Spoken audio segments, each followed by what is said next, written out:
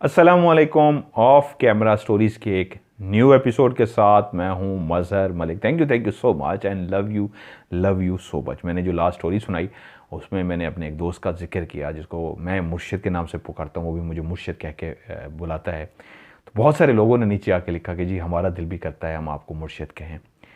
ये एक अकीदत का, ये एक मोहब्बत का, एक प्यार का रिश्ता होता है, इसकी लाज भी रखनी पड़ती है। अगर आपने किसी को मुर्शिद कहना है तो एक बात याद रखिएगा, दरवेशी की ज़िंदगी अपनानी पड़ेगी। दरवेश बनना बहुत मुश्किल है और दरवेशी के लिए पता क्या करना पड़ता है, अपनी मैं को ख़त्म करनी पड़ती है। सबसे मुश्किल काम है मैं को ख़त्म करना। मैं अपनी अभी तक मैं नहीं ख़त्म कर सका। अल्लाह ताला से अभी भी मदद मांग रहा हूँ मुसलसल, या अल्लाह मेरी मैं को ख़त्म कर दे। किसी हद तक कामयाब हुआ हूँ। मैं बहुत खौफनाक चीज़ है। तो वो शख्स जिसको मैं मुर्शिद कहता हूँ या मुझे कहता है, तो उस वक्त हम वो लफ्ज़ मुर्शिद नहीं कहते, एक दूसरे को याद दिलाते हैं कि हमने मैं नहीं रखनी, वो ऊपर बैठा है, उससे मांगना है, उसके हम हकीर से बंदे हैं। उसका जो कुछ भी आज हमें मिला हुआ है उसकी इनायत है, उसका रहम व करम है, हम इस काबिल नहीं थे। तो ये बहुत एक फ़कीर की ज़िंदगी, एक फ़कीराना ज़िंदगी, एक दरवेशी की ज़िंदगी कोशिश करनी पड़ती है, तब वो आपसे जाके राज़ी होता है। तो आज की एक जो स्टोरी जो मैं आपको सुनाने जा रहा हूँ, लोगों ने लिखा तो मैंने उसको डिस्कस कर लिया। बस आप मोहब्बतें दे दिया करें, दुआएं दे दिया करें, लव यू सो मच कह दिया करें तो मेरे लिए इतना काफ़ी। अल्लाह ताला आप सबको खुश रख के। ढेर सारी दुआएं, लव यू सो मच आपके लिए। जी, ये स्टोरी जो आज मैं आपको सुनाने जा रहा हूँ, तुर्की इस्तांबुल तुर्की की ये कहानी है, सच्ची कहानी। अब्बास हैदर मॉडल टाउन से जिन्होंने ये कहानी मुझे सेंड की है। बड़ी ज़बरदस्त कहानी है। उम्मीद है ये कहानी आपको बहुत अच्छी लगेगी, बहुत ही मज़े की कहानी है। किरदार जो है उन्होंने कहा नाम आप असली ना लिखें, फैमिली डिस्टर्ब होगी।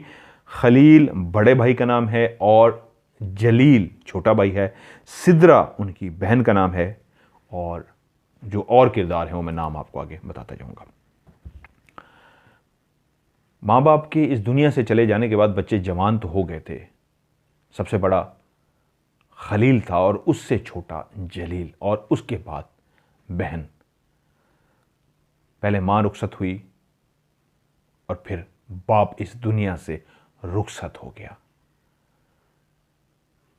इस्तांबुल के छोटे से गांव के अंदर रहने वाली ये जो फैमिली थी, जिसमें मां बाप के इस दुनिया से चले जाने के बाद सिर्फ पीछे 3 बच्चे रह गए थे, उनका गुजर बसर खेती बाड़ी पे होता था। वो एक किसान थे और अपनी जो ज़मीनें थी उन पे खेती बाड़ी करते। बाप के होते हुए भी वो दोनों बेटे अपने बाप का हाथ बटाते और बेटी माँ के साथ घर के काम काज करती। सिद्रा को अल्लाह ताला ने काफ़ी खूबसूरत बनाया था। वो बहुत माशाल्लाह हसीन और जमील लड़की थी। खलील भी और जलील भी माँ बाप के बहुत ही फरमाबरदार और अपने काम से काम रखने वाले थे। लेकिन जब माँ बाप इस दुनिया से गुजरे तो सारा एक घर के निज़ाम को जिस तरह संभाला जाता है बड़ा बन के, वो खलील ने एक बाप की तरह घर को संभाल लिया। उसकी उम्र इतनी ज़्यादा नहीं थी, अभी उसकी शादी भी नहीं हुई थी, लेकिन क्योंकि बड़ा था तो उसने अपने छोटे भाई जलील का भी और अपनी बहन का भी ख्याल रखा। जलील उसका ज़मीनों में हाथ बटाता और जब कभी वो फारिग होते तो उनका एक दोस्त साहिर नामी अक्सर मिलने आ जाता। वो दोस्त तो बड़े भाई का था लेकिन छोटे भाई के साथ भी वो गपशप करता। वो तीनों घर बैठते गपशप करते। इस बात से खलील और उसका छोटा भाई जलील वाकिफ थे कि जो साहिर है वो भी अपने घर में अकेला रहता है और वो अक्सर बैठ के जादू टोना और इस तरह की चीजें करता रहता है। कई दफा खलील ने उसको कहा था कि तू ये क्यों करता है, तुझे डर नहीं लगता, तेरी ज़ात को, तेरी जान को नुकसान हो सकता है, जिन्नात बहुत ताकतवर होते हैं, तू बैठ के चिल्ले करता रहता है, तुझे कभी नहीं डर लगा? तो वो कहता डर तो मुझे लगता है, लेकिन बहुत सारी बातें ऐसी होती हैं जो खुल के नहीं बताई जा सकती, वो राज की बातें होती हैं, तो वो मैं तुम्हें ज़्यादा नहीं बता सकता। हाँ, तुम मेरे गहरे दोस्त हो, बेस्ट फ्रेंड हो, तुम भी मेरे घर आ जाते हो, तो इसलिए मैंने तुम्हें बता दिया है कि बाज़ दफ़ा मैं दरवाज़ा नहीं खोलता या तुम्हें कह देता हूँ कि आज मैं नहीं मिलूंगा, तो क्योंकि उस रात मैंने अमल करना होता है, वजीफ़ा करना होता है, या अक्सर क्योंकि मैंने रात तुम रुकने को कहते हो और मैं चला जाता हूं तो वजह क्या होती है, मेरा कोई चिल्ला चल रहा होता है, तो इसलिए मैंने तुम्हें बताया, वरना इतना भी बताने की इजाज़त नहीं है। वो दोनों भाई इस बात से तो वाकिफ थे कि वो किसी चक्रों में है, कोई चिल्ले या कुछ तरह की चीज़ें करता रहता है। और अक्सर जब उससे मिलने जाते भी तो वो अक्सर दरवाज़ा इस तरह नहीं भी खोलता था। एक ख्वाब जो अक्सर खलील देख रहा था उसको समझ नहीं पा रहा था। वो ख्वाब देखता है कि वो एक खुले ग्राउंड के अंदर रात का पहर है और चल रहा है। वहीं पे चलते चलते एक जगह पे उसको ठोकर लगती है और वो नीचे गिर जाता है। जिस जगह पे गिरता है वो जमीन पे, तो उसका हाथ किसी ऐसी जगह पे जाके टकराता है जैसे उस मट्टी के नीचे कुछ है। मट्टी उस जगह से काफी नरम है। वो अपने हाथ से उस मट्टी को टटोलता है, टटोलने के बाद उसको ऐसे हाथ से ही खुरचता है तो उसको लगता है उसके नीचे कुछ है। और जब थोड़ा सा ही मट्टी को खोदता है तो देखता है उसके नीचे एक संदूक सा है, बहुत पुराना नायाब संदूक, जो उसने अक्सर ड्रामों में, फिल्मों में इस तरह देखा हुआ था कि अजीबो गरीब सा एक पुराने दौर का बना हुआ जिस तरह संदूक होता है, उस तरह का वो संदूक है। वो संदूक को बाहर निकाल लेता है और उसको खोलता है। जब उसको देखता है तो उसके अंदर हीरे जवाहरात होते हैं, उसमें खजाना होता है, बड़े बड़े हीरे चमक रहे होते हैं उसके अंदर, सोने की मालाएं होती हैं। और वो समझ जाता है ये कोई खजाने का बॉक्स है। और जब उसकी आंख खुलती है, वो जागता है सुबह, तो वो कहता है ये मैंने कैसा ख्वाब देखा है कि मैं ऐसी जगह पे गिरा हूं जहां पे मेरा हाथ एक ऐसे बॉक्स को टच हुआ है जो खजाने से भरा हुआ है। वो उसको ख्वाब समझता है, भूल जाता है। भाई के साथ उसी तरह जमीन के अंदर खेती बाड़ी में मसरूफ हो जाता है। कुछ ही अरसा गुजरता है, फिर एक रात को वो लेटा होता है और उसी से मिलता जुलता वो ख्वाब देखता है। वो गिरता है और उसके जिस चीज़ से हाथ टकराता है वो एक संदूक है। फिर वो वही ख्वाब उसको नज़र आता है। वो परेशान सा हो जाता है कि एक दफ़ा मैंने पहले ये ख्वाब देखा था, अब दोबारा से मुझे ख्वाब नज़र आया है कि एक संदूक मुझे मिला है जिसके अंदर खजाना है। ये क्या माजरा है? फिर काफ़ी अरसे तक वो इस ख्वाब को नहीं देख सकता, लेकिन कुछ अरसा गुजरने के बाद फिर से उसको यही ख्वाब आता है। यहां तक कि जब 5वीं दफ़ा उसको ये ख्वाब आता है तो वो सुबह परेशान सा बैठा होता है। उसका भाई मजाक में उसको कहता है, भाई क्या हुआ, कोई अजीब सा ख्वाब तो नहीं देख लिया? तो वो सोचों में गुम बैठा होता है। तो जिस तरह दूर किसी आप सोच में पहुंचे होते हैं और आप जवाब भी दे देते हैं लेकिन आपको पता नहीं लगता, तो इस अंदाज में वो कहता है हाँ देखा है। तो भाई चौंक सा जाता है, क्या देखा है? तो खलील बताना नहीं चाह रहा होता, लेकिन वो एक ऐसी कैफियत में बैठा होता है कि वो सोचों में गुम होता है। तो उसके मुंह से निकल जाता है खजाने का ख्वाब देखा है। तो छोटा भाई जलील एकदम से अजीब सा कहता है, खजाना? क्या मतलब भाई, कौन सा ख्वाब? कौन से ख्वाब में खजाना देखा? तो वो एकदम अपने ख्यालों से चौंकता है और कहता है क्या हुआ है तुम्हें? तो जलील कहता है मैं तो आपसे पूछ रहा हूं आपको क्या हुआ है? बड़ा भाई कहता है मुझे कुछ नहीं हुआ। क्यों? कहता है मैंने अभी आपसे पूछा है क्या हुआ है, कोई ख्वाब देखा है? तो आपने कहा हाँ। मैंने कहा क्या ख्वाब में देखा है? तो आपने कहा खजाना। तो खलील ने कहा खजाना मैंने कहा है? कहता है हाँ। आप मुझसे कुछ छुपा रहे हैं, छोटा भाई कहता है। वो फिर उलझ जाता है, छोटे भाई को ये बात बताऊं या ना बताऊं? कहता है भाई मुझसे शेयर करो। तो वो अपने भाई को बिठा के कहता है पता नहीं, मैं 5वीं दफ़ा ये मुसलसल ये ख्वाब देख रहा हूँ कि एक बॉक्स है जो ख़जाने से भरा है, उसमें हीरे जवाहरात हैं, बड़ी बड़ी सोने की मालाएं हैं, और मुझे मिल जाता है वो एक ऐसी जगह पे है जो घर नहीं है, बाहर है, वीराना है। मुझे इस ख्वाब का समझ नहीं आ रहा। तो उसका भाई कहता है भाई तो आप साहिर से बात करो ना, अपने दोस्त से, वो तो जादू टोने और चिल्ले करता रहता है, उसको पता होगा, उसको बताओ, बल्कि आज शाम को उसी की तरफ चलते हैं। कहता है यार ये ख्वाब है, अब इसको क्या, उसके साथ मुझे तो अजीब लग रहा है। कह रहा है भाई इसको डिस्कस तो करते हैं, इससे क्या फ़र्क पड़ता है? वो कहता है ठीक है। छोटे भाई के समझाने पे वो तैयार हो जाता है, लेकिन कहता है सिद्रा को पता न लगे इस बात का। वो कहता है हाँ ठीक है। वो शाम को दोनों निकलते हैं और साहिर के पास पहुंच जाते हैं। साहिर उस दिन फ्री होता है और वो जल्दी ही पहुंचते हैं, क्योंकि उनको डर होता है कहीं रात के टाइम गए तो वो ऐसा ना हो कि दरवाज़ा ना खोले, कोई चिल्ला वगैरह कर रहा हो। शाम के टाइम ही पहुंच जाते हैं। उनको बड़े अच्छी तरीके से मिलता है, गपशप करता है, कहता है खैर है, आज कैसे चक्कर लग गया? तो छोटा भाई कहता है आपसे बहुत ज़रूरी बात करनी है। साहिर बोलता है हाँ हाँ बोलो, क्या कहना है? तो छोटा भाई अपने बड़े भाई की तरफ देखे कहता है ये आपको खुद बताएंगे। तो साहिर अपने दोस्त खलील की तरफ मुतवज्जो होता है, हाँ बताओ खलील क्या हुआ है? तो उसको अपना सारा ख्वाब सुना देता है कि एक ख्वाब मुसलसल मैं देख रहा हूँ, गैप भी आ जाता है, लेकिन फिर मुझे वो ख्वाब नज़र आता है, गैप आ जाता है, फिर ख्वाब नज़र आता है कि एक संदूक है पुराने दौर का बना हुआ और उसमें ख़जाना हीरे जवाहरात और मालाएं हैं, मुझे बार बार नज़र आ रहा है। साहिर उससे कुछ सवाल जवाब करता है, उसको जो जो याद होता है उसको बताता जाता है। वो कहता है ठीक है, एक काम करो, तुम मुझे कल तक का टाइम दो, कल हम इस टॉपिक पे बात करेंगे। उनकी चाय पिलाता है, जिस तरह दोस्त बैठते हैं, गपशप होती है, खातिर मदारत करता है और उसके बाद वो इजाज़त लेके उससे घर आ जाते हैं। अगले ही दिन खुद ही शाम से पहले पहले साहिर उनके पास पहुंच जाता है। उनको कहता है जो तुम ख्वाब देखते हो वो ख्वाब नहीं, एक हकीकत है, सोना है, हम उसको ढूंढ सकते हैं, हम तीनों उस तक पहुंच सकते हैं और मैंने पढ़ाई करके चेक कर लिया है किस जगह पे है। अगर तुम डरो मत, मेरा साथ दो, हम चल के उस खजाने को निकाल भी सकते हैं। छोटा भाई बहुत ज़्यादा खुश हो जाता है और बड़ा कहता है इससे तो खुशी की बात ही नहीं हो सकती, कब चलें? कहता है अभी 1-2 दिन रुक जाओ, 1-2 दिन के बाद जो मैं तुम्हें कहूँगा, तुम शाम को रात को तैयार रहना और हम तीनों चलेंगे। ऐसा ही होता है, वो दोनों भाई इंतज़ार में होते हैं और एक दिन साहिर उनसे कहता है आज रात तैयार रहना, मैं 12 बजे तुम्हें लेने आ जाऊंगा। उस रात उन दोनों के अंदर इतनी बेचैनी होती है कि हमें खजाना मिलने वाला है, क्योंकि वो पूरा कहानी, वो ख्वाब उसने साहिर को जब सुना रहा था तो उसका छोटा भाई भी उस ख्वाब को सुन रहा था, तो अब उसकी आंखों में भी वो हीरे जवाहरात और वो सोने की मालाएं उसको नजर आ रही होती हैं।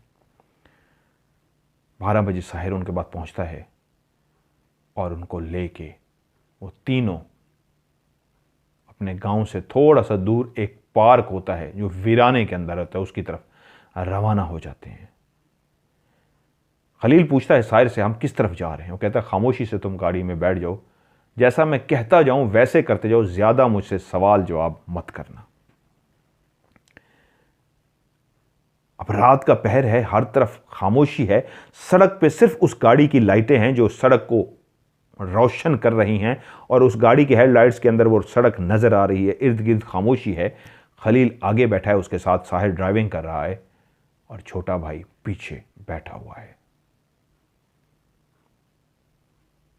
अब दोनों भाई नहीं जानते गाड़ी कहां पे जाके रुकेगी, सिर्फ साहिर को पता है वो गाड़ी कहां लेके जा रहा है। गाड़ी खामोशी के अंदर चलती रहती है, सिर्फ गाड़ी चलने की इंजन जो दौड़ रहा है उसकी आवाज है। एक जगह पे जाके वो गाड़ी पार्क कर देता है, उन दोनों से कहता है उतर आओ। वो दोनों भाई नीचे उतरते हैं। साहिर ने जब उनको कहा था आज चलेंगे तो उनको सामान भी बता दिया था क्या क्या साथ लेके जाना है, तो वो सामान भी तीनों गाड़ी में लेके पहुंचे होते हैं। कहता है सामान भी निकाल लो। वो सामान निकालते हैं। ये एक पार्क था। खलील और जलील वो इस पार्क से वाकिफ नहीं थे, वो नहीं इस पार्क में पहली दफा आए थे, लेकिन दूर से ही उनको अंदाजा हो गया था हम किसी पार्क के करीब ही गाड़ी को रोक रहे हैं। अपने सामान को उठाए वो आहिस्ता आहिस्ता उस पार्क के गेट के अंदर दाखिल हुए। छोटा सा जो एक गेट लगा हुआ था, जब उसके अंदर दाखिल हो रहे थे, साहिर की क्या कैफियत थी वो दोनों नहीं जानते थे, लेकिन खलील और जलील का दिल तेजी से धड़क रहा था। एक ख्वाब जो उसने दोस्त को सुनाया था और दोस्त ने उसको यकीन दिलाया था कि वो ख्वाब नहीं सच है, इस यहाँ पे सोना दफन है, और उस सोने की तलाश में उस पार्क के अंदर गुजरते हुए जा रहे थे। उस पार्क में काफी दरख्त थे, दरख्तों पे बैठे हुए यकीनन परिंदे भी थे, लेकिन वो परिंदे इस वक्त रात के इस लम्हे सो रहे थे।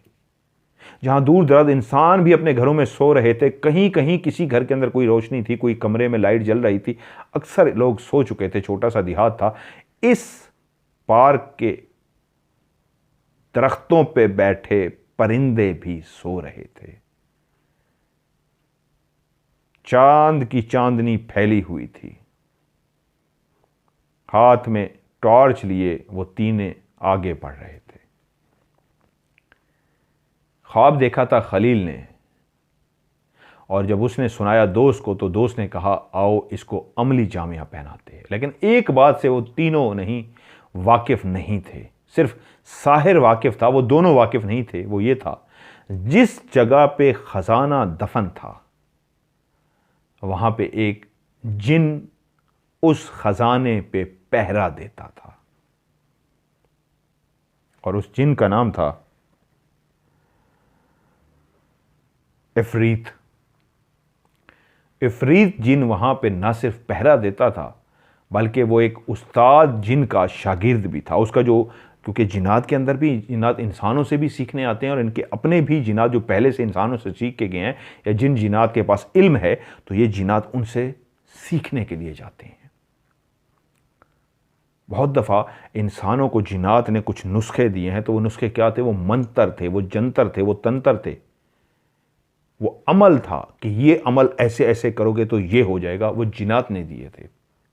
तो वो इफरीत जो जिन था, वो भी एक बहुत बड़े जिन का शागिर्द था। उसका जो उस्ताद जिन था वो बहुत पहुंचा हुआ था। उसके बाद बहुत बड़े बड़े कीमती नायाब अमल थे।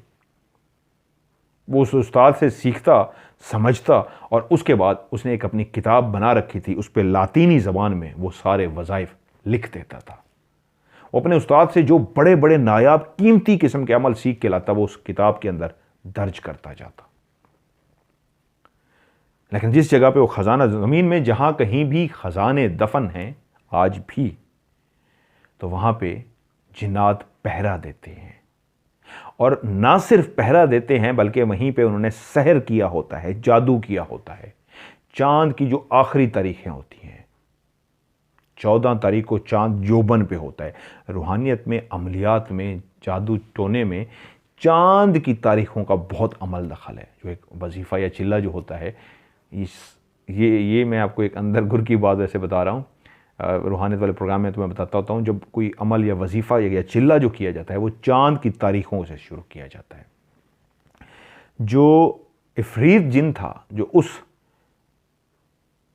सोने की जगह जहाँ पे वो संदूक दफन था, वहीं पे चांद की आखिरी तारीखों में, यानी कि 15 के बाद 16, 17, ये चांद घटना शुरू हो जाता है, नीचे की तरफ जाता है। 1, 2, 3, 4, 5, 6, ये जो तारीखें हैं चांद की, पहली तारीख चांद की, दूसरी, इसमें चांद बढ़ रहा होता है। और 14वीं के बाद चांद घटना शुरू होता है। जहाँ चांद घटना शुरू होता है, तो इसको, ये जो डेटें होती हैं, इसमें काफ़ी जादू किए जाते हैं। तो चांद की जो आखिरी तारीखें थी, इसमें इफरीत जो था, वो उस पर दोबारा से एक सहर कर देता। उसने सहर मतलब जादू, उसने वो जो सहर किया हुआ था, लेकिन हर महीने की आखिरी तारीखों में दोबारा से सहर कर देता। इतना मजबूत सहर रहे कि इसको कोई निकाल ना सके। जिन्नात पहरा देते हैं, वो वहाँ पे होता भी था, खुद भी पहरा देता था और कहीं पे जाता भी था, तो उसका सहर वहाँ पे मौजूद होता था। तो फिर भी वो हर चांद की आखिरी तारीखों में फिर भी क्यों सहर लगाता था, जादू लगाता था? इसलिए कि उस संदूक के अंदर उसने अपनी वो किताब भी रखी हुई थी, जिसके अंदर उसने लातीनी ज़बान में बहुत सारे अमल लिखे हुए थे। वो अमल जो उसके उस्ताद ने उसको सिखाए थे, जो बहुत ही कीमती नायाब थे, जो अगर किसी इंसान के हाथ लग जाए तो इंसान उससे बहुत कुछ कर सकता था, वो उस लातीनी ज़बान में लिख के उसने उस किताब के अंदर रखे थे, जो किताब उस संदूक में बंद थी। इसलिए वो ज़्यादा टाइम इसी जगह पर गुजारता और जाते हुए देख के जाता सहर मौजूद है या नहीं, और हर 14वीं की आखिरी तारीखों को वो दोबारा से जादू मजबूत करता, सहर करता। अब जब वो तीनों उस बाग के अंदर दाखिल हुए, रात के घुप अंधेरे में अपने सामान को लटकाए वो आ रहे थे। साहिर ने अपने लिए कुछ सामान रखा था, जो बैठ के उसने पढ़ना था और बताना था कि कहाँ है ख़जाना, किस जगह वो खुदाई करें। और वो खुदाई करने के लिए साजो सामान अपने साथ दोनों भाई लेके आए थे। अब वो तीनों इकट्ठे चलते हुए आगे बढ़ तो रहे थे, लेकिन अंदाज ऐसा था, वो फॉलो कर रहे थे साहिर को, आगे चल रहा था। और साहिर के चलने का अंदाज ऐसा था कि पाँव दबे अंदाज में रख रहा था, कि पाँव की आवाज़ भी पैदा ना हो। इस अंदाज में चल रहे थे कि अगर परिंदे भी दरख्तों पर बैठे हैं तो वो भी शोर करने पर उठ ना जाएं।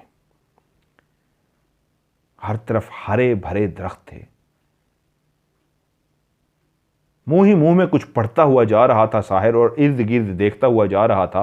वो दोनों भाई समझ नहीं सकते थे साहिर क्या पढ़ रहा है, क्या देख रहा है, सिवाय इसके कि उसको पीछे चलते हुए जा रहे थे।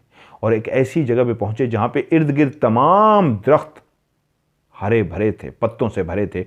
और ये जो दरख्त था, ये सूखा हुआ दरख्त था। ऐसे लगता था जैसे सूख सा गया है, कोई पत्ते भी नहीं थे, झड़ गए थे उसके, दूर से ही नजर आ जाता था ये सूखा दरख्त है। जब साहिर उसके करीब पहुंचा, वो भी दोनों उसके साथ थे, तो साहिर ने उनको कहा, मैं तुमसे दूर फलां जगह पे बैठ के मैं पढ़ाई करूंगा। पहले मैं तुम दोनों का दायरा कड़ा करूंगा, और दायरा कड़ा जब मैं तुम्हारा कर लूंगा तो मैं तुम्हें जब कहूं शुरू हो जाओ तो तुम खुदाई शुरू कर देना उस जगह पे जहां पे मैं तुम्हें कहूं। और जब तक तुम्हें वो खजाना ना मिले, चाहे तुम्हें जितना भी नीचे गड़ा खोदना पड़े, तुम खोदते रहोगे, क्योंकि कहीं ऐसा ना हो ये नीचे ही नीचे खजाना चलना शुरू हो जाता है। वो खामोशी से उसकी बात सुनते रहे। वो आगे बढ़ा और उसने एक जगह पे बहुत बड़ा सर्कल गोल सा लगा दिया। उसके हाथ में एक छुरी सी थी, लकड़ी का पीछे पकड़ने वाला था और आगे लोहे का। उसके पे कुछ पढ़ता रहा पढ़ता रहा पढ़ता रहा और एक बहुत बड़ा सा दायरा लगाता रहा। जब काफ़ी बड़ा दायरा वो लगा चुका तो उसने आखिर में जहाँ से दायरा शुरू किया था वहीं पे ला के उस दायरे को ख़त्म किया आपस में। जहाँ से यानी शुरू किया था वहीं पे उसको जोड़ दिया और छुरी उसके अंदर गाड़ दी। और उसके बाद उसने पहले खलील पे और फिर जलील पे दायरा कड़ा किया, हिसार किया, जो मैं आपको सिखा चुका हूं दायरा कड़ा कैसे करते हैं, हिसार कैसे करते हैं।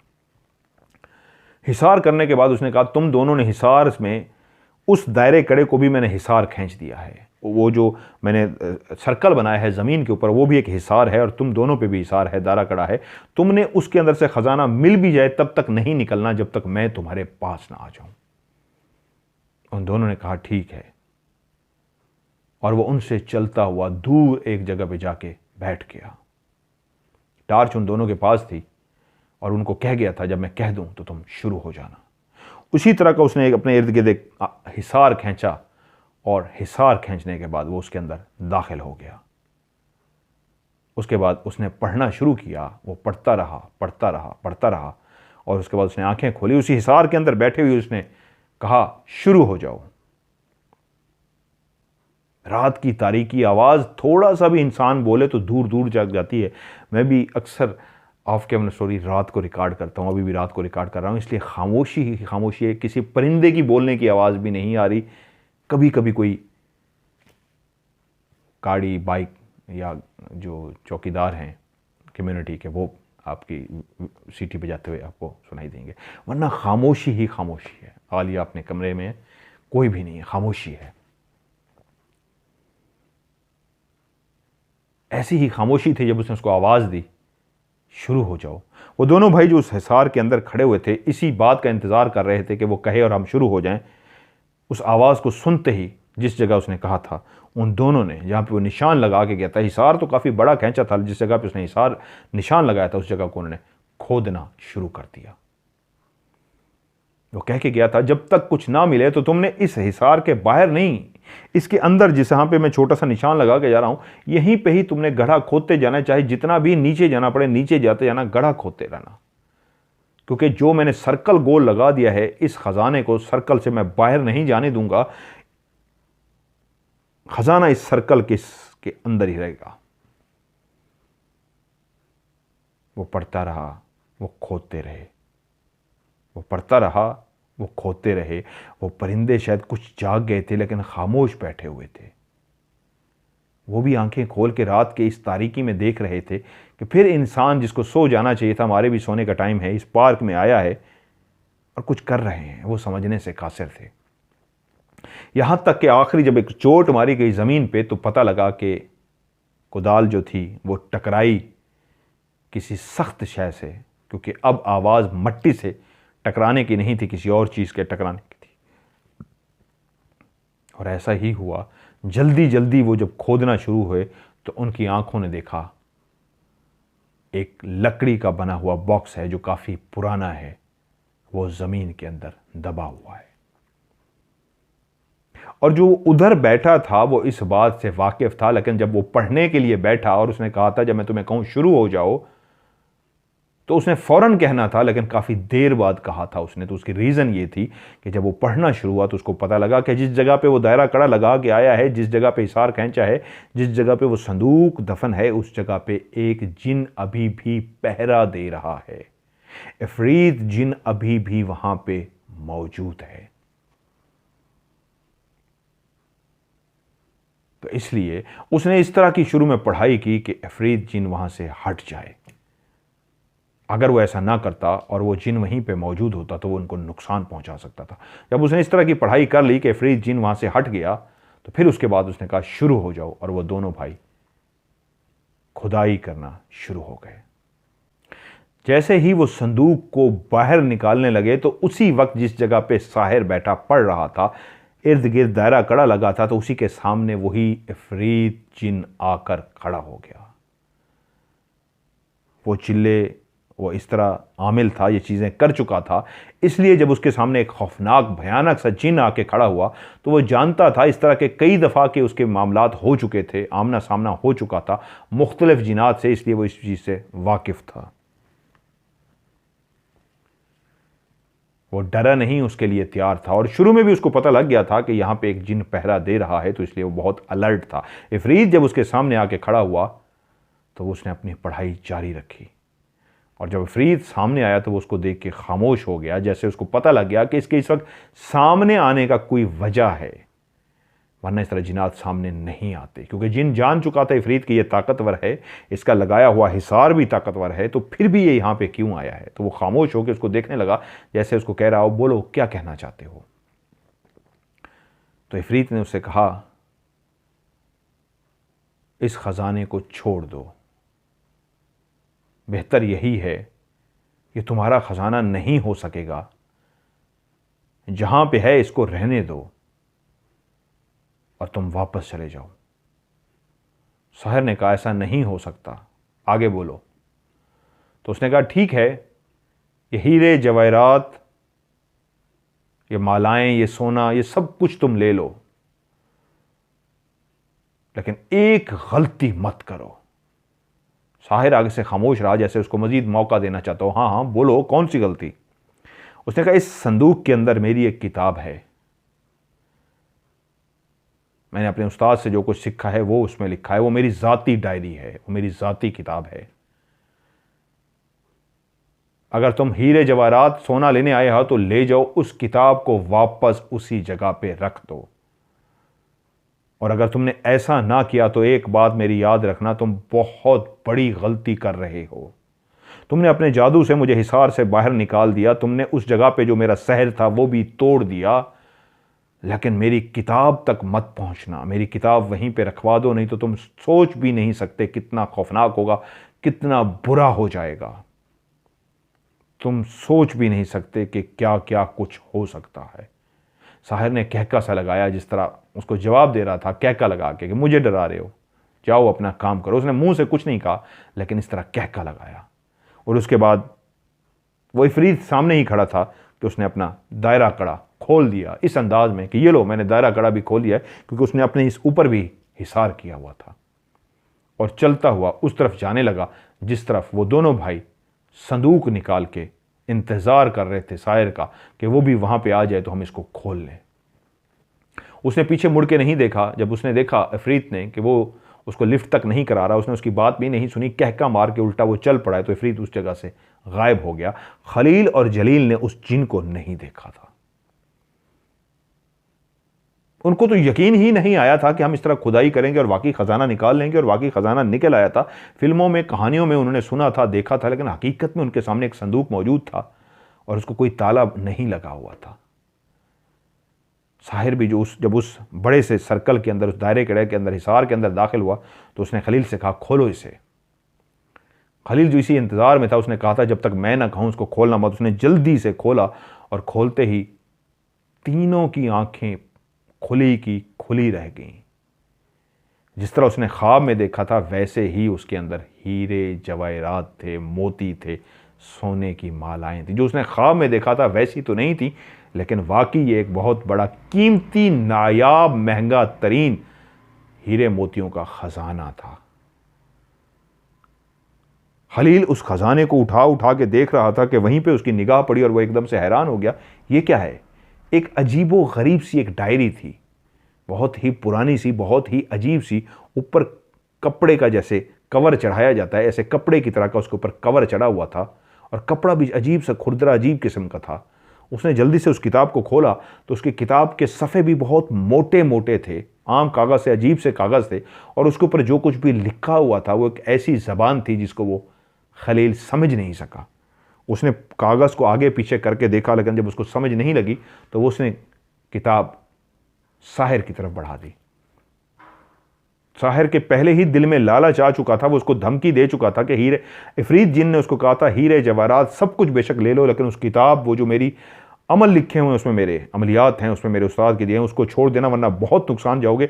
समझ गया था साहिर कि वो बहुत बड़ी धमकी दे के गया है, क्योंकि जिन उसके हिसार की वजह से उस जगह से चला गया था, लेकिन जिन का इस तरह सामने आके खड़ा होना और रिक्वेस्ट करने का मतलब ये था कुछ तो है जो बहुत ही खास है, जिसकी वैल्यू हीरे जवाहरात से भी ज्यादा है, कि जिन कह रहा है ले लो हीरे जवाहरात, इस किताब को छोड़ दो। तो समझ गया था साहिर कीमती वो किताब है, उस जिन की नज़र में वो हीरे जवाहरात नहीं है। तो वो एक आमिल था, तो उसके दिल में जो लालच आई थी, तो उसके लिए कीमती उस हीरे जवाहरात से ज़्यादा वो किताब थी। उसको पता था वो नायाब किताब अगर उसके हाथ लग गई तो वो क्या कुछ उसमें से हासिल कर सकता है। और जब खलील ने उसको किताब पकड़ाई तो वो समझ गया वो बहुत ही एक कीमती लातीनी ज़बान में लिखी हुई एक किताब थी, जिसमें उसके अमल लिखे हुए थे, उसमें नक्श भी थे, और उस पर जिस तरह बनाए जाते हैं चीज़ें वो बनी हुई थी, नक्श जिस तरह बनाए जाते हैं। आवाज़ आ गई। उसने जल्दी से वो किताब बंद की और उसको कहा इसको वापस संदूक के अंदर रखो। उसने संदूक के अंदर रखी और दोनों भाइयों को कहा सुबह होने वाली है, अभी जाके मैंने एक और छोटा सा इसी हवाले से अमल करना है, कल मैं तुम्हारे घर आऊंगा, फिलहाल ये खजाना मैं तुम्हारे घर छोड़ता हूं, तुम लोग अपना ये खजाना अपने घर लेके जाओ, और मैं तुम्हारा हिसार, इस खजाने का हिसार भी कर देता हूं ताकि कोई मखलूक तुम्हारे पीछे ना आ सके। उसने उसको बताया नहीं कि वो अफरीद जिन यहाँ आया था और मुझसे क्या उसने बातें की। वो जानता था ये दोनों डर जाएंगे, वहम का शिकार हो जाएंगे, खौफजदा हो जाएंगे, वहम कह गया, खौफजदा का शिकार, खौफजदा हो जाएंगे।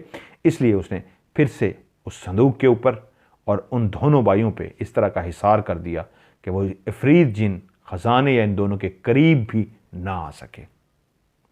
थोड़े से फासले तक तो आ सकता था, यानी कि 5-7 फुट 10 फुट के फासले तक, लेकिन करीब नहीं जा सकता था। उन्होंने खजाना उठाया, जल्दी से चलते हुए वापस गाड़ी तक पहुंचे, गाड़ी स्टार्ट की, और जिस तरह वो खामोशी से सोचते हुए आ रहे थे दोनों भाई खलील और जलील, हम कहाँ जा रहे हैं, क्या करने जा रहे हैं, क्या ये वाकई सच है, हम खजाना पा सकेंगे। लेकिन वापसी पे जाते हुए अब वो सोच रहे थे वाकई हमें खजाना मिल गया है, हीरे जवाहरात, कीमती नायाब हीरे जवाहरात और सोने की मालाएं हमें मिल चुकी हैं। और वो बार बार मुड़ के पीछे रखे उस बॉक्स को देखते जो उन्होंने अपने दोनों भाई ने अपने दरमियान में रखा था। एक साइड पे जलील बैठा था, एक साइड पे खलील, और दरमियान में गाड़ी में उन्होंने पीछे वो बॉक्स रखा हुआ था। आते हुए तो खलील आगे बैठा था साहिर के साथ, लेकिन वापसी पे इतना वो खुश थे और ऐसे बेचैन थे कि दोनों भाई पीछे बैठे संदूक को पकड़ के, ताकि संदूक कहीं इधर उधर ना हो जाए, खुल के कोई चीज़ बाहर ना निकल जाए। एक ऐसे ही खुशी में एक ऐसे वहम भी आ रहे थे कि इसको हमने मजबूती से थामे रखना है, कहीं इधर उधर ना हो जाए, एक भी कोई कीमती पत्थर इधर उधर ना हो जाए। और जब उन दोनों का घर आया तो साहिर ने उन दोनों को कहा तुम जाओ, कल इस टाइम मैं तुम्हारे पास आ जाऊंगा, अभी जाके मुझे कुछ अमल करना है। उन दोनों भाइयों ने संदूक को उठाया और जल्दी से अपने घर में दाखिल हो गए। साहिर उनको खुदा हाफिज करके चला गया, क्योंकि साहिर को पता था कि जो वो धमकी दे के गया है, वो जो जिन है वो ऐसे नहीं छोड़ेगा, मुझे कुछ ना कुछ उसका करना पड़ेगा। और वो जानता था 1-2 रातें बैठ के मुझे मजीद अभी पढ़ना पड़ेगा। इसलिए वो सोना भी अपने घर नहीं लेके जा सका था कि उन दोनों का मैंने इशार कर दिया वो उसका पहरा देंगे, मैं तो वजीफे में बैठ जाऊंगा, अमल करने में, चिल्ला करने में बैठ जाऊंगा। और ऐसा ही हुआ, वो जो टाइम बच गया था वो जाते ही अपने चिल्ला करने में लग गया, और जब चिल्ले से फारिग हुआ तो सो गया कि दिन को उठूंगा और उन दोनों भाइयों की तरफ जाऊंगा। जिस वक्त वो खजाना जो उन दोनों भाइयों के हाथ में था और उस सूखे हुए दरख्त के साथ जहां पे वो गड्ढा खोद के उन्होंने निकाला था, जब उस दायरा कड़ा जहां पे साहिर ने लगाया था और उसके बाहर वो निकल रहे थे, तो वो साहिर भी उस वक्त इस बात से नावाकिफ था कि खामोशी के साथ पीछे कोई और भी उनके चलता हुआ आ रहा है, और वो कोई और नहीं, अफरीद जिन है। जब वो गाड़ी में सवार हो रहे थे तब भी अफरीद जिन उनके पीछे था, यहां तक कि जब गाड़ी जाके उन दोनों भाइयों के घर के बाहर रुकी तो दूर फासले पे वो रुक गया अफरीद जिन के वो साहिर उसको देख ना ले। और जब वो दोनों घर में दाखिल हो गए और साहिर अपने घर की तरफ रवाना हुआ तो चुपके से आहिस्ता आहिस्ता वो अफरीद जिन उन दोनों के घर में दाखिल हो गया। वो इस बात से वाकिफ था, वो बातें खड़ा सुन रहा था जिस वक्त साहिर उनसे कह रहा था कि मैं इस संदूक का और तुम दोनों का हिसार खींच दूंगा, दायरा कड़ा कर दूंगा, तो वो जिन, कोई मखलूक, कोई भी तुम्हारा कुछ नहीं बिगाड़ सकता था। तो वो इस बात से वाकिफ था कि हिसार ऐसा होगा कि मैं इसके करीब नहीं जा सकता, लेकिन वो बेचैन था, उसकी किताब इस संदूक में थी, इसलिए वो इस घर तक आ गया था। जब वो अंदर दाखिल हुआ और उस कमरे की तरफ जाने लगा जिस कमरे में वो दोनों भाई और संदूक मौजूद था, तो वो समझ गया कि एक हिसार सा बंधा है, एक दायरा गोल सा लगा है। जब वो उसके करीब भी जाएगा तो उसको करंट टाइप सा लगेगा, उसको झटका सा लगेगा, वो नहीं जा सकता। वो बेचैन सा था, कभी इधर जाता कभी इधर जाता। वो किसी रूप में नहीं था, वो नजर नहीं आ रहा था। और बेचैनी से इधर उधर जाते जाते उसको एक और कमरा नजर आया। जब वो उस कमरे की दीवार के आर पार जा सकते हैं जिनात, वो भी कमरे की दीवार पे आर पार हुआ और उसने देखा वहां पे एक हसीन और जमील खूबसूरत सी लड़की सो रही है। वो बहुत ही खूबसूरत लड़की थी। उन दोनों की बहन सिदरा सो रही थी, वो गहरी नींद में थी। वो घर के बाकी भी चक्कर लगाता रहा कि घर के अंदर और कौन कौन है। तो इफरीत जिन को पता लगा कि घर में सिर्फ यही तीनों हैं, 2 भाई और 1 बहन। अब वो बहन के कमरे में बाकी घर में जा सकता था, लेकिन जिस कमरे में वो संदूक था उस कमरे में वो नहीं जा सकता था, या जहां जहां वो भाई जाते उनके पीछे पीछे वो नहीं जा सकता था।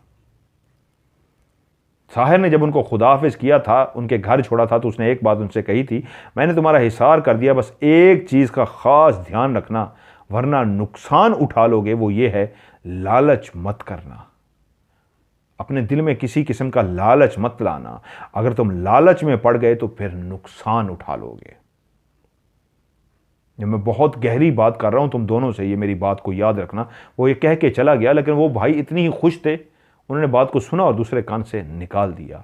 जब उस संदूक को लेके वो अपने घर में दाखिल हुए और उस संदूक को दोबारा से उन्होंने खोला और वो हीरे जवाहरात बाहर निकाल निकाल के देख रहे थे।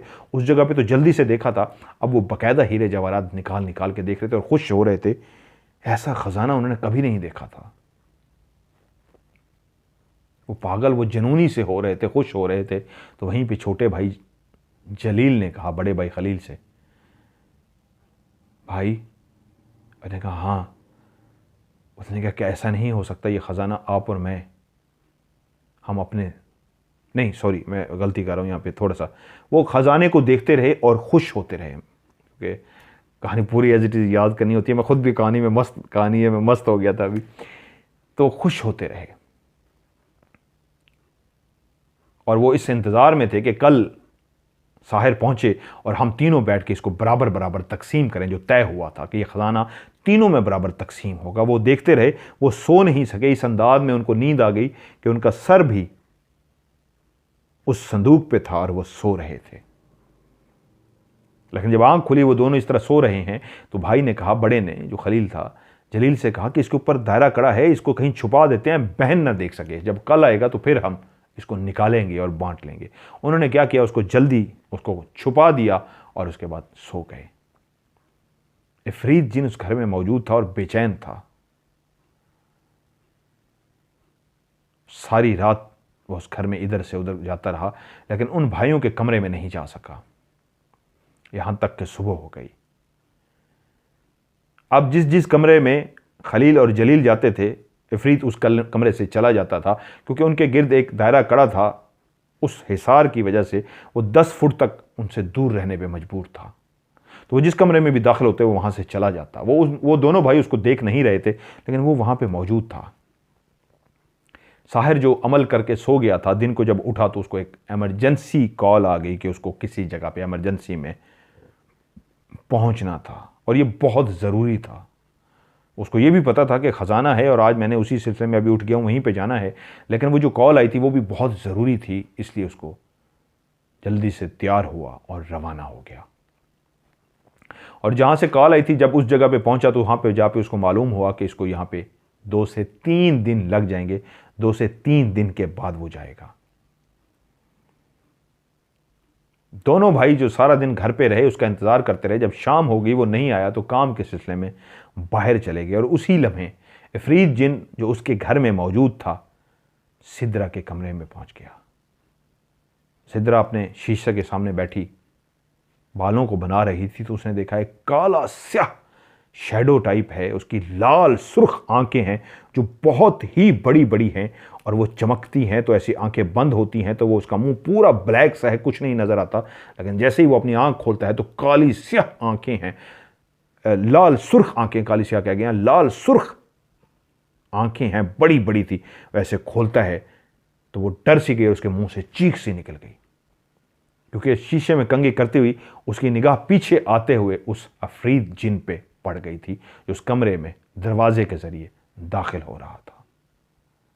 वो इस तरह के हुलिये में था जैसे सर पे कोई हुड वाली कैप पहन के रखता है, इस तरह की उसने एक हुड वाले की तरह ब्लैक कपड़ा पहना हुआ था जो नीचे तक जा रहा था, लेकिन उसके अंदर जो उसका मुंह था तो उसमें सिर्फ उसकी लाल सुर्ख आंखें नजर आ रही थी और कुछ नहीं। वो आया और उसके पीछे आके खड़ा हो गया। वो डर गई, क्या मुझे कोई डरा रहा है, ये कौन है? वो जल्दी से मुड़ी, उसके मुंह से चीख निकल गई। तो अफरीद जिन ने उसी वक्त उसको मुखातिब किया, मैं जानता हूं तुम उन दोनों की बहन हो, मैं तुम्हारी जान भी ले सकता हूं, मैं बहुत ताकतवर जिन हूं, तुम्हें इसलिए अभी तक मारा नहीं है, मैंने छोड़ा नहीं है कि तुम मेरा काम करो, अगर तुम मेरा काम नहीं करोगी तो मैं अभी खड़े खड़े तुम्हें मार दूंगा। तो वो कांपना शुरू हो गई। उसने जिंदगी में पहली दफा इस तरह जिन देखा था, वो भी क्लियर उसके सामने आके खड़ा हुआ था, और सबसे बड़ी बात जो उसने देखी थी, उसके पांव जमीन को नहीं छू रही थे, वो हवा में खड़ा था। इतना ही काफी था उस कमजोर दिल लड़की के लिए कि एक जिन उसके सामने है, और सबूत था उसकी बड़ी बड़ी आंखें और उसके पांव जमीन पे टच नहीं हो रहे थे। वो काला स्याह धुएं की तरह था, जैसे धुआं होता है, और वो धुआं खड़ा झंडे की तरह ऐसा ऐसा हल्का हल्का लहरा रहा था, और लाल सुर्ख उसकी आंखें थी, और उसको कह रहा था, अगर जिंदगी चाहती हो तो तुम्हें मेरा काम करना होगा। वो इतनी खौफ में थी, कांप रही थी, वो शायद बेहोश हो जाती खौफ में। तो उसने डरते डरते अपनी गर्दन हिलाई, जैसे वो कह रही हो हाँ मैं तुम्हारा काम करोगी। उसने कहा करोगी काम? तो उसने गर्दन हिलाई, हाँ मैं काम करूंगी। तो अफरीद बोला, रात को जब तुम्हारे भाई वापस आएंगे घर में तो तुमने उनको पहली बात मेरा नहीं बताना, और उनके पास जाना है, और तुमने उनको जाके कहना है जो तुम खजाना और जो संदूक लेके आए हो, इस संदूक को वापस उसी जगह पे जाके दफन कर दो जिस जगह से लेके आए हो, नहीं तो मैं तुम्हारे भाइयों को भी मार दूंगा और तुम्हें भी मार दूंगा। तुम्हारी आंखों के सामने पहले तुम्हारे भाइयों की गर्दन ऐसे मरोड़ दूंगा, तोड़ दूंगा। मेरे इस हाथ में गर्दन होगी और इस हाथ में तुम्हारे भाई का धड़ होगा। उसके उन दोनों को मारने के बाद मैं तुम्हें मार दूंगा। मैं इस घर में मौजूद हूं, तुम्हें नजर भी आता रहूंगा, लेकिन तुमने अपने खबरदार अपने भाइयों को मेरे बारे में नहीं बताना, और कोई सवाल जवाब मुझसे मत करना। इंतजार करो भाई के आने का और फौरी जाके उनको समझाओ, वरना बहुत बुरा होगा। वो एक कमजोर दिल सी लड़की थर थर बैठी कांपती रही। उसके बाद उसकी आंखों ने देखा वो अफरीद जिन जो उसके सामने मुंह करके खड़ा था वहीं पे मुड़ा और दीवार के आर पार हो गया। वो पहले ही थर थर कांप इसलिए रही थी कि वो जान गई थी ये वाकई इंसान नहीं, कोई और मखलूक है जिसके पांव ही जमीन को टच नहीं हो रहे। मुंह इतना काला स्याह है, सिवाय लाल आंखों के नजर ही कुछ नहीं आ रहा। एक हुड की तरह का एक काला सा कपड़ा उसने ओढ़ा हुआ है ऐसे, और वो फिर दीवार के आर पार हो गया। वो लड़की कांपती रही और इंतजार करती रही कि उसके भाई पहुंचे और वो उनसे बात करे, और रात को दोनों भाई खलील और जलील घर के अंदर दाखिल हो गए। वो भागती हुई दोनों भाइयों के पास पहुंची और कहा, भाई मैं आपसे एक बात कहने आई हूं। वो बोले, हाँ बोलो क्या बात है? भाई आप कोई ख़जाना निकाल के आए हैं, मुझे पता है आपके पास कोई संदूक है उसमें ख़जाना है। भाई जहाँ से निकाल के आए हो वापस उसको वहीं पे दफन करो, नहीं तो बहुत बुरा होगा। भाई मैं तुम्हारे आगे हाथ जोड़ती हूँ, मैं तुम्हारी मिन्नतें करती हूँ, खुदा का वास्ता है जाओ उस ख़जाने को वापस दफन कराओ। उन दोनों ने एक दूसरे की तरफ देखा जैसे एक दूसरे से सवाल कर रहे हो, इसको कैसे पता लग गया? तो उन दोनों के दिमाग में ऐसे सवाल आया जैसे अच्छा इसने कहीं तलाशी ली है कमरे की और इसको वो संदूक नज़र आ गया है। ओके, अभी संदूक को हम कहीं और छुपा देते हैं। तो वो बहन से मुखातिब हुए। वो दिल ही दिल में ऐसा सोच रहे थे और बहन गिड़गिड़ा रही थी कि वापस छोड़ आओ उस संदूक को। तो उन्होंने कहा, कौन सा संदूक? कहाँ पे है संदूक? कोई संदूक नहीं है। तुम क्या तलाशियां लेती रहती हो? किस संदूक की बात कर रही हो? वो इस तरह बहन के सामने बिहेव करने लगे जैसे उनको किसी बात का पता ही नहीं है, और वो गिड़गिड़ा रही थी, कांपे जा रही थी और खुदारा उनसे माफिया मांग रही थी कि वापस कर दो, बहुत अजाब आ जाएगा, बहुत खौफनाक हो जाएगा। सबकी जान चली जाएगी, वो संदूक जो तुम्हारे पास है वो वापस, वो संदूक का लफ्ज़ यूज़ करी थी, उसको ख़जाने का नहीं कहा था, उसने कहा था, अफरीद जिन ने कहा था उसको कहो वो जो संदूक निकाल के लाए हैं वो वापस डालें। तो वो भाइयों को भी कह रही थी वो जो संदूक आप उठा के ले आए हैं वो संदूक वापस कर दें। तो वो भाई कह रहे थे कौन सा संदूक, हमें तो किसी संदूक का नहीं पता। तो वो निकलवाना चाह रहे थे बहन के मुंह से कि अगर इसने तलाशी ले ली है तो वो तो कह देगी संदूक जिसमें खजाना है। और जब बार बार उससे पूछते रहे कौन सा संदूक, किस तरह का संदूक, तो वो सिर्फ इतना कहती रही संदूक संदूक। तो वो समझ गए इसने अभी तक देखा नहीं है, इसने कहीं हमारी बातें सुनी है। और वो क्लियर साफ मुकर गए कि हमारे पास कोई संदूक नहीं है, तुम्हें गलत फहमी हुई है, जाओ तुम कमरे में आराम करो, रात हो गई है, लगता है तुम थक गई हो। और इस तरह की बातें की और उसको कमरे में भेज दिया और संदूक को उस जगह से निकल के किसी और जगह पे छुपा दिया। और वो रात सारी डरती और कांपती रही कि वो फिर आएगा, मैं उसका काम नहीं कर सकी। मैंने बहुत मिन्नत समाजत की, बहुत गिड़गिड़ाई, बहुत माफिया मांगी भाइयों से कि वो वापस रख दे। वो तो मानने को ही नहीं तैयार थे कि कौन सा संदूक। वो बता नहीं सकती थी उनको कि मेरे पास एक जिन आया था और उसने मुझे जिम्मे लगाया, क्योंकि जिन ने मना किया था, वरना शायद वो भी डर जाते और बहन की बात सुन लेते। वो तो यही सोचे जा रहे थे और आपस में बैठे डिस्कस कर रहे थे, लगता है उसने हमारी बातें सुन ली हैं संदूक की, तो इसलिए संदूक संदूक कही जा रही है। ऐसे डर सी गई है, बच्ची है ना। लेकिन अफरीद बहुत गुस्से में था और रात को जब वो जाग रही थी, खौफ के आलम में सोई नहीं थी, तो उसके पास आया और उसको कहा तुमने बहुत बुरा किया है, तुमने मेरा काम नहीं किया, मैं तुम्हें छोड़ूंगा नहीं। ये कहा और गुस्से से उसी तरह दीवार के आर पार चला गया। और वो खौफ के आलम में वो बेचारी रात सारी जागती रही, सो नहीं सकी। अब दूसरा दिन भी गुजर गया और अभी तक साहिर नहीं आया था। इफरीत उस घर में तो फिरता था, लेकिन उसका सिदरा पे दिल आ रहा था। वो बहुत खूबसूरत लड़की थी, वो बहुत सहमी हुई थी। जब वो डरी सहमी थी तो उसके गाल और लाल हो रहे थे। और अब वो इस कोशिश में था कि जिस वक्त वो दोनों भाई सो जाएं, क्योंकि उसको डर था कि अगर वो सिदरा के कमरे में आ गए तो उसको उस कमरे से फौरन जाना पड़ेगा। तो इस इंतजार में था कि जब वो सो जाएं तो सिदरा के साथ अफरीद जिन अपनी हवस पूरी करना चाहता था। और ऐसा ही हुआ। रात का एक पहर ऐसा आया कि इफरीत ने देखा कि दोनों भाइयों के खराटे लेने की आवाज़ आ रही है। तो सिदरा के कमरे में दाखिल हुआ। वो पहले ही बेचारी डरी सहमी हुई सी थी। जाते ही उसने उसको इशारा किया कि बोलेगा नहीं, वरना उसने कहा उसके गला दबा देगा। और वो इतनी डर सी गई कि वो इफरीत जिन उसके पास गया, उसके मुंह पे हाथ रखा और उसने उसके साथ ताल्लुकात कायम करने शुरू कर दिए।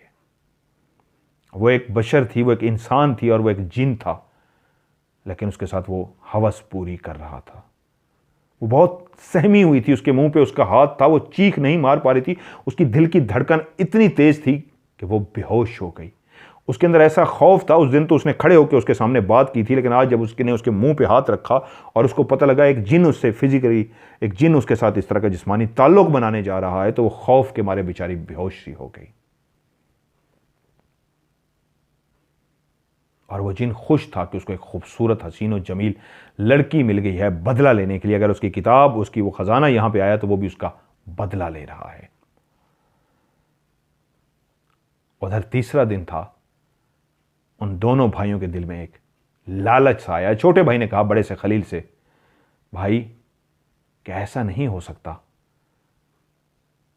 यह खजाना हम दोनों आपस में बांट लें, उसको ना दें।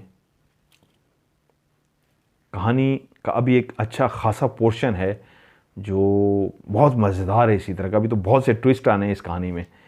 तो इसका पार्ट 1 आज मैं यहाँ पे मुकम्मल कर रहा हूँ। मैं थक चुका हूँ। इसका पार्ट 2 अभी मैंने पहले वो रिकॉर्ड किया है, रूहानियत वाला प्रोग्राम। अभी ये कहानी रिकॉर्ड कर रहा हूँ पार्ट 1। मैं थक चुका हूँ शदीद। इसका पार्ट 2 ऐसे करते हैं, आज आप पार्ट 1 देखें, इसका पार्ट 2 मैं आपको बताऊँगा कि हिंट्स दे देता हूँ, जिस तरह कहते हैं ना, आपको नेक्स्ट एपिसोड दिखा देते हैं कैसे इनके दिल में लालच आया, कैसे अफरीद जिन आया, क्या हुआ, उनकी बहन पागल खाने में उनको दाखिल कराया गया और क्या क्या कुछ इस कहानी में खौफनाक हुआ, इस ख़जाने का, इस किताब का। ये मैं आपको पार्ट 2 में सुनाऊंगा। माफ़ कीजिएगा, आप कहेंगे अभी अभी सुनाए, मज़ा आ रहा है। मुझे भी बड़ा मज़ा आया। मैं शायद अभी इसलिए इसको अभी यहाँ पे कट कर रहा हूँ कहानी को। थक गया हूँ तो सीक्वेंस मज़े का नहीं बना पा रहा। मैं आपको सच्ची बताऊँ, कहानी बहुत मज़े की है।